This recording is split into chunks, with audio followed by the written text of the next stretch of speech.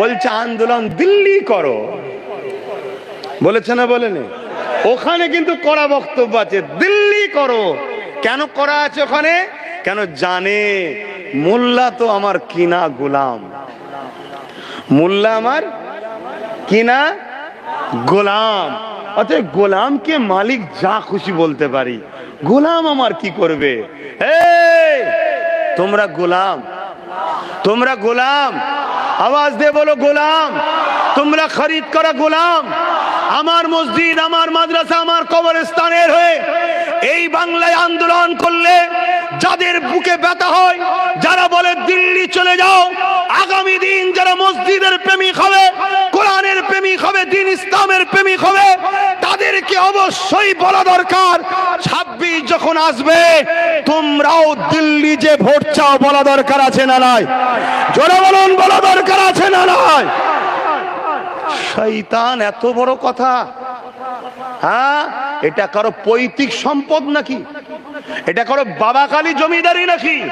হ্যাঁ, আমার কওমের একটা গাদ্দার একটা অংশ আমার মধ্যে ঢুকে যাওয়ার জন্য আজকে কওম ধ্বংস হয়ে যাচ্ছে। সেই গাদ্দারদের মধ্যে সব থেকে বড় গাদ্দার হলো তারা যারা মাথায় টুপি, মুখে দাড়ি, সুরাতে সকলে মুফতি মাওলানা, অথচ নেতাদের সঙ্গে দালালি করে তারা। কথা কি অপছন্দ হলো?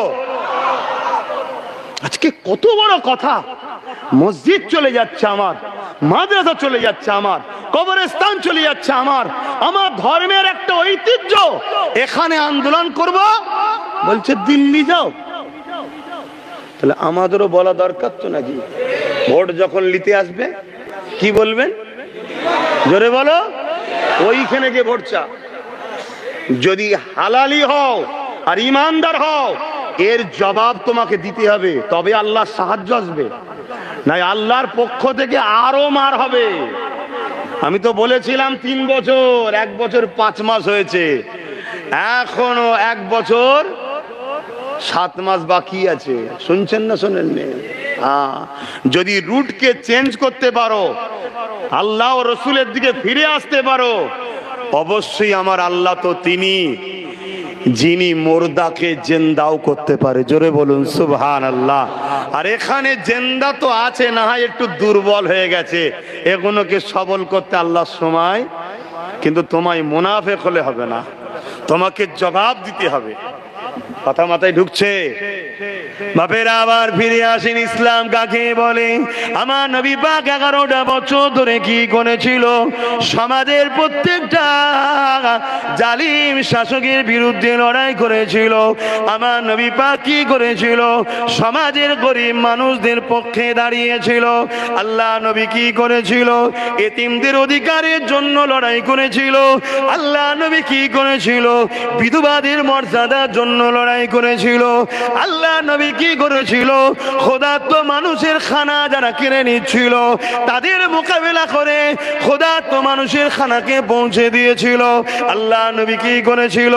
নেশামুক্ত সমাজ তৈরি করেছিল। আল্লাহ নবী কি করেছিল? দুর্নীতিমুক্ত সমাজ তৈরি করেছিল।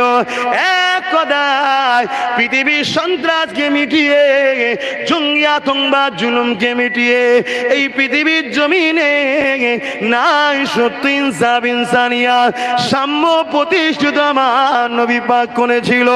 এটা হলো আমাদের কাজ। যদি উম্মতে মুহাম্মাদি হয়, আজও যদি কোনো গরিবের উপরে জুলুম হয়, ওই গরিবের পাশে দাঁড়িয়ে জালিমের বিরুদ্ধে লড়াই করতে হবে। এটাই হবে উম্মতে মুহাম্মাদির পরিচয়। হ্যাঁ, ওই গরিব যদি অমুসলিম হয় তাও তার পাশে দাঁড়াতে হবে, জালিম থেকে দেখার দরকার নাই। জালিম যদি সুরাতে সকলে মুসলমান দাবিদার হয়, তারও বিরুদ্ধে লড়ে অমুসলিমের পাশে দাঁড়িয়ে, কেন আমার আল্লাহ কোন জালিমের সাথে থাকে না, আমার আল্লাহ মুসলিমের সাথে থাকে। ও যে কোনো ধর্মের হতে পারে, ওকে বানিয়েছেন তো আল্লাহ। আল্লাহর সৃষ্টি যখন বিপদে পড়ে, তার পাশে যদি তুমি দাঁড়িয়ে বিপদ থেকে মুক্ত করো, কিয়ামতের দিনে যখন তুমি আমি নফসি নফসি করবো, বিপদে পড়বো, আমার আল্লাহ ওই দিন তোমাকে আমাকে বিপদ মুক্ত করে জান্নাতি বানিয়ে দেবে। আরো জোরে বলুন সুবহান।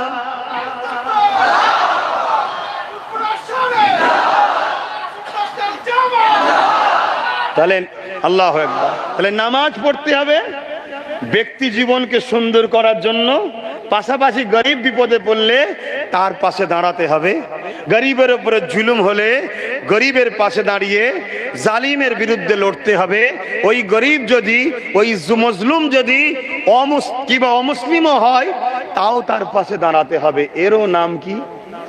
জোরে বলবেন না? তাহলে আজ আমরা এই কাজ করছি কি? কথা বলুন, করছি কি? আমরা কি করছি? আমরা একটা জালিমকে ক্ষমতায় আনছি। ও জালিম ক্ষমতায় এসে তিলোত্তমা মতো বোনের ধর্ষণকারীদের ঘরে বাঁচাবার জন্য সুপ্রিম কোর্টে কেস লড়ার উকিল দিচ্ছে। জানেন না? জানেন না? জানেন না? জানেন না? আপনারা জানেন তো ওয়াকফ কালা কানুন বাতিল করার জন্য রাজ্য সরকার 50টা উকিল লাগিয়েছে। জানেন? উকিল লাগায় না, মৌলী সাহেবরা বলেন। হাই দেখেন, আমি জানি হয়তো অলরেডি প্রচার করে দিয়েছে মৌলী সাহেবরা যে আমাদের দিদি তো 50টা উকিল লাগিয়েছে। কেন? নুন খেয়েছে হারামি, নুন হারামি করলে হয়? একটা প্রবাদ বাক্য আছে তো নাকি, নুন খেয়েছি নুন হারামি করলে হবে না। শুনছেন না শোনেন? ওরে শয়তান, তুই আল্লাহর কথা তোর মনে নেই? শুনছেন তো? তাহলে কটা উকিল লাগিয়েছে ওয়াকফ কালা কানুনের বিরুদ্ধে? ও কেস করেনি, কেস করেনি। অথচ আমাদেরই ট্যাক্সের টাকায় তিলোত্তমা বোনকে যারা ধর্ষণ করেছে তাদেরকে বাঁচাবার জন্য রাজ্য সরকার অনেক উকিল লাগিয়েছে সুপ্রিম কোর্টে। জানেন? কথা মাথায় ঢুকছে? ঢুকছে মাথায়? অথচ ওয়াকফের জন্য উকিল লাগাইলে। তাহলে বলুন, আব্বাস সিদ্দিকীর জলসা আটকানো হবে না? হবে না? আমাকে জলসা রুকা হবে না? হবে না? হ্যাঁ, আমি যদি, আমার সংগঠন যদি ওয়াকফের পক্ষে আন্দোলন করে রুকা হবে না? হবে না? কেন হচ্ছে বুঝতে পারছেন? আমি যেমন ডাকাতেরও বিরোধী করি, চোরেরও বিরোধী করি। কথা বুঝছেন না? বোঝেন না? আচ্ছা, এখানে এতগুলো লোক বসে আছেন, ছোট ছোট বাচ্চারাও বসে আছে।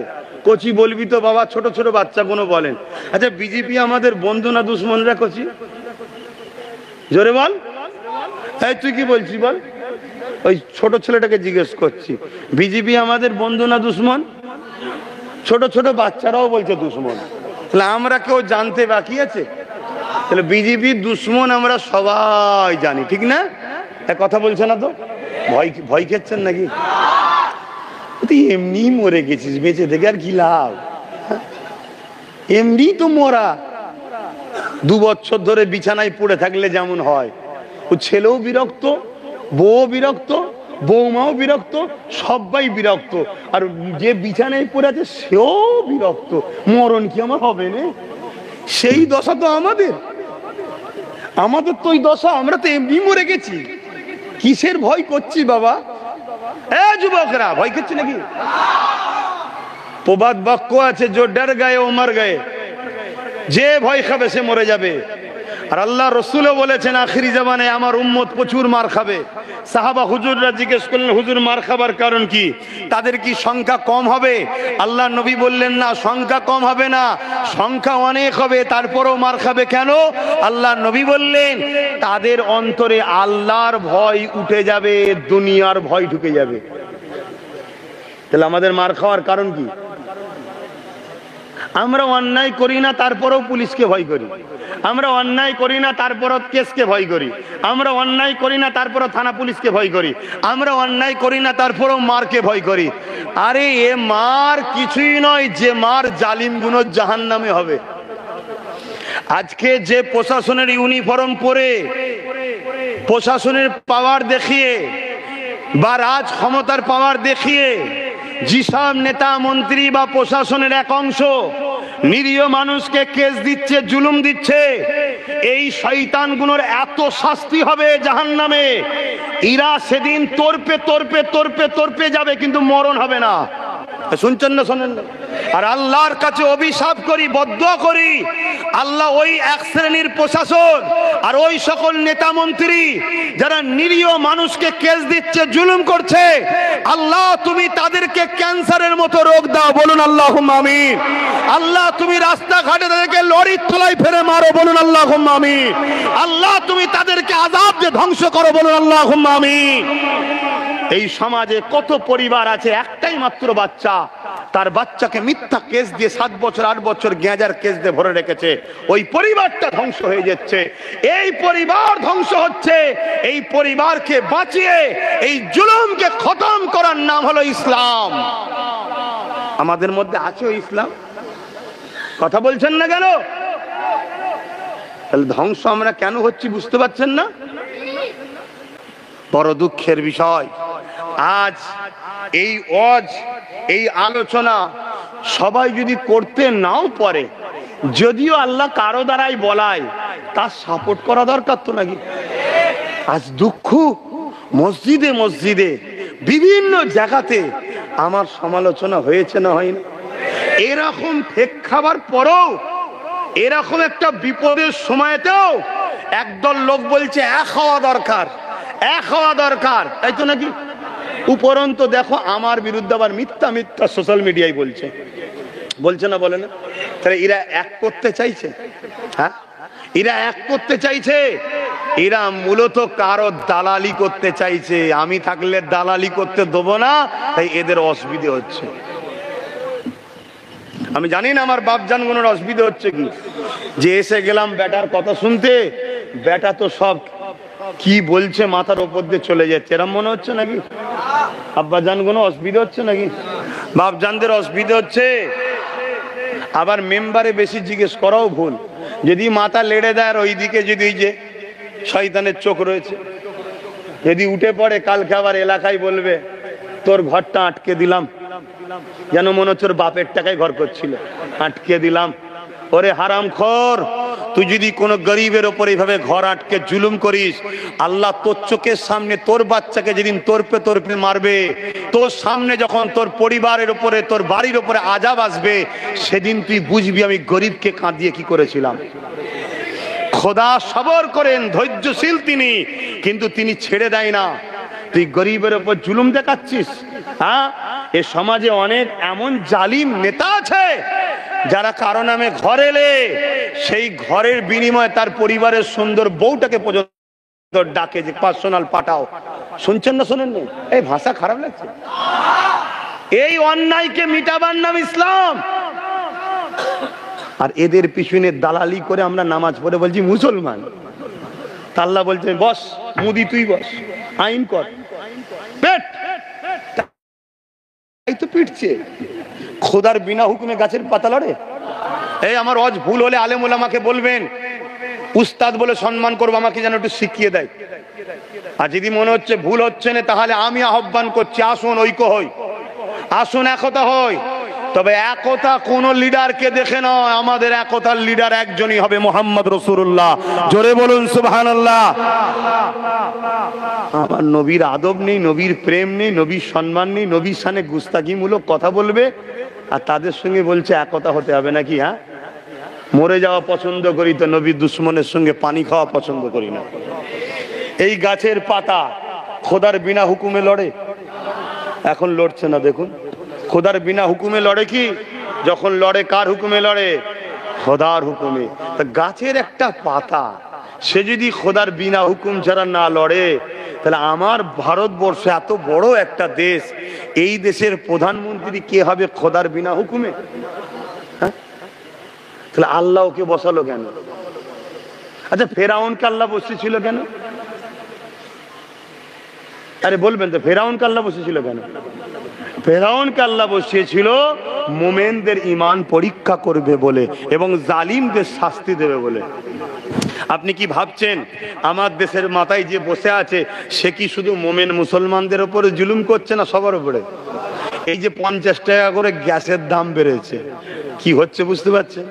হ্যাঁ, আপনি ভাবছেন 50 টাকা, এই ভারতবর্ষে 100 কোটি কাছাকাছি কম বেশি লোক আছে যারা মাস গেলে 3 থেকে 3.5 হাজার টাকা ইনকাম করে, এর বেশি না। শুনছেন তো নাকি? তাহলে সেই পরিবারটার এই 50 টাকা গ্যাসের দামটা বাড়ানো তার জন্য ভারী হয়েছে না হয়নি? তুমি আমায় দেখছো কেন, তোমাকে দেখছো কেন? হ্যাঁ, তাহলে জ্বালাচ্ছে শুধু আমাদেরকে না সবাইকে? তাহলে জালিম বসে দুটো কারণে, মোমেনের ইমান পরীক্ষা আর মুনাফেককে শাস্তি। শুনছেন তো নাকি? তাহলে ইমানদার যে হবে ওই জালিমকে ভয় করে। তাহলে আমার বাংলায় তো বলেছিল ওর হাত থেকে বাঁচার জন্য এর কোলে উঠতে হবে। মসজিদে মসজিদে এলাকায় এলাকায় প্রচার হয়েছে না হয়নি? এবং এরাও তো বলেছিল বিজেপির হাত থেকে বাঁচাবো আমরা, আমাদেরকে সাপোর্ট করো। বলেছে না বলে না? সত্যি করে বলুন। তাহলে আজকে যখন বিজেপি এত বড় একটা আইন তৈরি করলো, তাহলে এদের তো উচিত সুপ্রিম কোর্টে কেস করা। করছে, তাহলে মিথ্যা বলেছে না বলেনি? তাহলে আজকে যে বলছে আইন হতে দেবো না আমার বাংলায়, ওটা সত্য, এর কি প্রমাণ আছে? কথা কিছু মাথায় ঢুকছে? হ্যাঁ, অতএব বাপ রাসূল পাক সাল্লাল্লাহু আলাইহি সাল্লাম বলেছেন তোমরা কুরাইশের নেতৃত্ব মানো। কার নেতৃত্ব? কুরাইশের। কুরাইশ হলো নবীর খানদান। মনে রাখবে আল্লাহ তোমাদের উপরে দয়া করেছে, তোমাদের উপর দয়া করেছে। আমার মতো আরামের জিন্দেগি ছেড়ে দিয়ে আমার ছোট ভাইটা রাজনীতি করতে নেবেছে, এটা তোমাদের উপরে দয়া। আল্লাহ তোমাদের উপর দয়া। শুনছো না শুনুনি? ও তো আমার মতো গদিতে বসে থাকতে পারতো, ও তো আমার মতো আসতে পারতো, ওয়াজ করতো আর নাজরানা হাদিয়া নিয়ে চলে যেতে পারতো। ও তো আমার মতো দরবারে বসে থাকতে পারতো। তুমি যেমন আমার কাছে যে মুসাফা করে নাজরানা দিয়ে মাথা পেরিয়ে দাও, ফু দাও, করো না করোনি? তো ও তো করতে পারতো।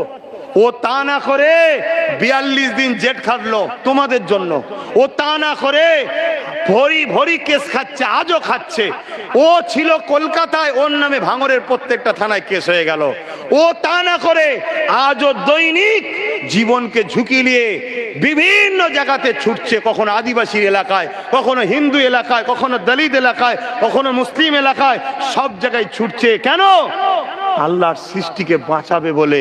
এটা আল্লাহর দয়া যে ওর মাথায় আল্লাহ ঢুকিয়েছে। ও তো বলতে পারতো যে না ভাই আমি করব না, আমিও সেই জলসা করব। কথা বুঝছেন না, বোঝেন না?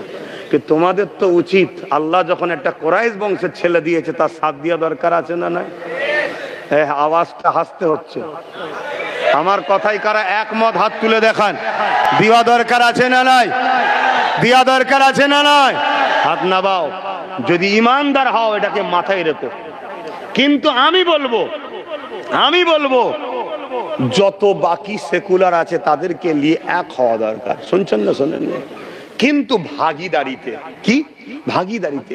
কোম্পানি তোমার কাজ করব আমি, এটা নয়। কোম্পানিতে আমাকেও শেয়ার হোল্ডার নিতে হবে। বোঝেন তো নাকি? ওই শেয়ার হোল্ডার হলো একটা পায়া। শেয়ার হোল্ডারটা কি? একটা পায়া। আমাদের হাতে একটা পায়া থাকবে। শুনছেন? যে আমাদেরকে পায়া দেবে, বাকি জায়গায় 3টে পায়া, তাদেরকে আমরা হেল্প করব। এই চুক্তিতে আমাদের এক হওয়া দরকার আছে না নাই? এই চুক্তিতে যদি এক হতে পারো, মনে রাখবে তোমরা সব সময় মাথা তুলে বাঁচবে। বাপেরা আমাকে ভুল বুঝলে হবে না।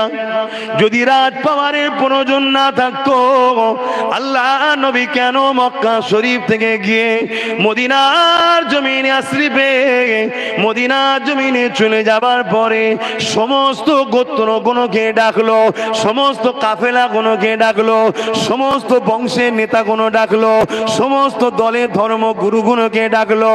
আল্লাহ নবী তাদেরকে ডেকে নিয়ে বলতে লাগলো একটা রাষ্ট্র কায়েম করা দরকার। এই মদিনার একটা প্রধান হবে যে মদিনাকে পরিচালনা করবে। তোমরা নিজেদের মধ্যে যে ঝগড়া করছো, কাটাকাটি করছো, এগুলোকে বন্ধ করতে হবে। বাইরের দেশে বিজনেস করতে হবে, বাইরের দেশ থেকে এখানে বিজনেস করতে আসবে, এই রকম একটা পরিকল্পনা তৈরি করতে হবে। আল্লাহ নবীর কথা শুনে মদিনার জমিনে যারা ছিল তারা সবাই আমার রাসূলুল্লাহ কথা মেনে নিল। এ যুবকেরা শুনে রেখে দাও, 70% ছিল ইহুদি।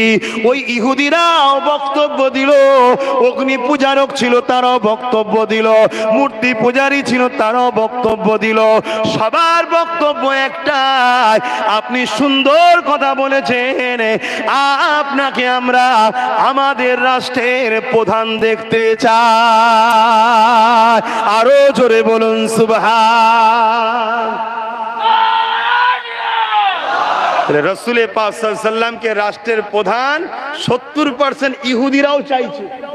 নবীর আখলাক, নবীর ব্যবহার, নবীর সততা, নবীর মানব প্রেম, নবীর মনুষ্যত্ব, নবীর ইনসাফ, সর্বধর্মের মানুষের পাওনা বুঝিয়ে দেওয়ার যে সিস্টেম প্রক্রিয়া রসুল তৈরি করলেন, রাষ্ট্র কায়েমের তৈরি করলেন।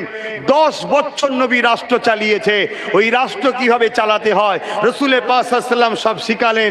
যে মদিনা ছিল তৎকালীন সময় পৃথিবীর সব থেকে গরিব, সব থেকে বিমারের জায়গা, সব থেকে অশিক্ষিত আনকালচার জায়গা, সেই মদিনাকে রসুল পৃথিবীর শ্রেষ্ঠ জায়গায় পৌঁছে দিলেন। বলুন সুবহানাল্লাহ, আরো জোরে বলুন সুবহানাল্লাহ। 1450 বছর ধরে আজও সেই মদিনায় এখনো পর্যন্ত কোনো নারী রেপ হয়নি। শুনছেন না শোনেন না? তাহলে সেই নবী বললেন তোমরা কোরাইশের নেতৃত্ব মানো, আপনারা মানবেন না? খুব সাবধান হন বাপজান আমার, খুব বুঝে চলুন। আখরি জমানা, হতভাগা আকবর আমার দেশে শাসন করছিল। হ্যাঁ, টাইম তো হয়ে গেছে গো। আমার আবার একটা দুঃখের সংবাদ আছে। খিলকাপুরে আমাদের একটা ভাই আছে, তার একটা অল্প বয়সের বাচ্চা আল্লাহর হাওয়ালায় চলে গেছে। কথা বুঝে আসছে। গতকালকে তার শরীর অসুস্থ ছিল, বমি পায়খানা হচ্ছিল, এলাকার ডাক্তারের ওষুধ খেয়ে ভালো হয়ে গেল। আজকে হঠাৎ করে আল্লাহর হুকুম চলে গেল। সবই একটা বাহানা, আল্লাহর জিনিস আল্লাহ নিয়েছে। তবে মনে রাখবেন পাত্রকে ঢেকে রাখতে হয়। রাত্রিরে বালা নাবে, রাত্রিরে আসমান থেকে কি নাবে? বালা, ভাইরাস, যেগুলো আপনার খোলা পাত্রের উপরে বসে। তাই পাত্রকে ঢেকে রাখবেন। ঢেকে যদি না পারেন ওপর করে দেবেন। পাত্রকে খুলে রাখতে নেই। আপনি জানছেন ওই পাত্র আমার খাবার নয়, না, আপনি ঠিকভাবে হয়তো তাকে ধুতে পারবেন না, তারপরে নানা রকম পোকামাকড় থাকে, চেষ্টা করবেন পাত্রকে ঢেকে রাখা। এবং যখনই ধোবেন পাত্রকে ভালোভাবে ধোবেন। 3 বার এমনি বিসমিল্লাহ বলে পানি বোলাবেন। কথা বুঝে আসছে না? না, এতে কি হবে? বিষ যদিও থাকে, বিসমিল্লাহর বরকতে বিষটা কেটে যাবে। কথা বুঝে আসছে? তবে বিসমিল্লাহ বলে যে পানিটা বুলাবেন, ওই পানিটা যেন নিজের পায়ে না পড়ে। পুকুরে যদি ধন পুকুরে ফেলে দেবেন, বা যদি পাইপ দিয়ে বেরিয়ে যায়, এমন জায়গায় চলে যাচ্ছে পা পড়ছে না, আলাদা কথা, না একটা বালতি রাখবেন, তাতে ফেলবেন, ওই বালতির পানি পুকুরে ফেলে দিলেন, মিটে যাবে। এগুলো করুন। কেন আমরা অসতর্কে অনেক কিছু আমাদের দোষেই তো, কর্ম অনুযায়ী ফল একটা বক্তব্য না, আমাদের দোষেই ফল পাচ্ছি। তো যা কথা এখন অনেক রয়ে গেল, কথা আমার প্রচুর কথা শেষ হচ্ছে না। মনের মধ্যে বহুত ব্যথা ভাই, বহুত দুঃখ। আমি শুধু এতটুকু বলবো, একতা হওয়ার দরকার আছে না নাই? প্রত্যেকটা আলেম উলামাকে খোলা মঞ্চ থেকে আহ্বান করছি, আসুন প্রতি জুম্মায় আমি ঘরে থাকি। ইমামদের আহ্বান করছি, আসুন প্রতি জুম্মায় ঘরে থাকি। এখন প্রকাশ্য হবে না, গোপনে আপনি নাম এন্ট্রি করুন। আমরা প্রথম একতা হই। যেদিন 20, 30, 40, 50 হাজার ইমাম হয়ে যাবে, আলেম হয়ে যাবে, সেদিন আমরা একসাথে প্রকাশ করব নাম। সেদিন আপনার কেউ কিছু করতে পারবে না। তাই বলবো, আসুন আসুন আসুন, চলুন। বিগত দিন যা করেছেন, যা বলেছেন, আমি সব ভুলে যেতে রাজি, মাফ করে দিতেও রাজি। উম্মতে মুহাম্মাদিকে বাঁচাবার স্বার্থে বাপের গাল খেয়েছি, মায়ের গাল খেয়েছে, সব ভুলে যেতে রাজি আছি। কিন্তু এক হওয়ার দরকার আছে। কথা মাথায় ঢুকছে? পাশাপাশি আমাদের ঘরে আর একটা কাজ করতে হবে। কি? আমাদের ঘরে SC ST গরিব হিন্দু ভাইদের সঙ্গে বন্ধুত্ব করতে হবে, বন্ধুত্ব বাড়াতে হবে। পারবেন না? পারবেন না? জোরে বলুন। বন্ধুত্ব করুন, ভালোবাসা বাড়ান। শুধু ধর্ম যার, উৎসব তার, এই দুটো জায়গা ছেড়ে বাকি সব ক্ষেত্রে ব্যবসা বাণিজ্য, কারবার, সহযোগিতা, লেনদেন, সহযোগিতা করা, হেল্প করা, পড়াশোনা, বাজারে হাটে মাঝে মাল কিনা বেচা, সব জায়গায় বন্ধুত্ব বাড়ান। ঠিক না বেঠিক? আর বিশেষ করে SC ST ভাইদের ঘরে বুঝাবেন যে ভাই, আমরা মুসলমান আছি বলে তোরা এখন সম্মান পাচ্ছিস, যেদিন আমরা মুসলমান থাকবো না তোরা অছুত হয়ে যাবি। শুনছেন না? শোনেন না? এদের বুঝানো দরকার আছে না? না, এটা সত্য কথা না মিথ্যা কথা? হ্যাঁ, তাহলে বন্ধুত্ব করুন, করে বুঝান। বুঝিয়ে এভাবে যত পিছিয়ে পড়া আছে মুসলিম, আদিবাসী, দলিত, মতুয়া, শিখ, পাঞ্জাবি, খ্রিস্টান, যত পিছিয়ে হিন্দু সমাজের গরিব যারা, তারা সব একজোট হন হয়ে এই কেন্দ্রের জালিম সরকারের বিরুদ্ধে আমাদেরকে সংগঠিতভাবে লড়াই করতে হবে। এটাকে মাথায় থাকবে তো নাকি? আর এটাও মনে রাখবেন, কেন্দ্র সরকার যে কালা কানুনটা করছে, ওই কালা কানুনটা সংবিধান বিরোধী আইন করছে। এক তো ওয়াকাফ বিরোধী ঠিকই, কিন্তু প্রথম বিরোধী হলো সংবিধান বিরোধী। তা সংবিধান তো শুধু মুসলমানদের নয়, সংবিধান তো পুরো দেশবাসীর। অতএব পুরো দেশবাসীকে বুঝান, সবাইকে এক হয়ে এর বিরুদ্ধে লাগতে হবে। তবে আমার ব্রেনের মধ্যে একটা কথা ঘুরছে, সেই কথা হলো এইটা, এই যে পুলওয়ামায় যে হামলা হয়েছিল 6 বছর আগে, তার এখনো বিচার পেলাম না। পেলাম কি? গত কদিন আগে কাশ্মীরে বেচারি নিরীহ মানুষগুলো, ভ্রমণ প্রেমিক মানুষগুলো গেল, একদল সন্ত্রাস তাদের উপরে গুলি করে তাদেরকে হত্যা করলো। এই সন্ত্রাসদেরও বিচার হবে বলে মনে হচ্ছে আপনাদের? যে দেশে প্রকাশ্য অস্ত্র নিয়ে ফটো তুলে খুন করে তাদেরকে ধরা হয় না, যে দেশে দুশ্মন রাষ্ট্র পাকিস্তানের পতাকা এক মুহূর্তে 20-25টা পতাকা দায়িত্বশীল রাজনীতির নেতা বার করে পুরাতে পারে, এত পতাকা পেলি কোথা থেকে তুই?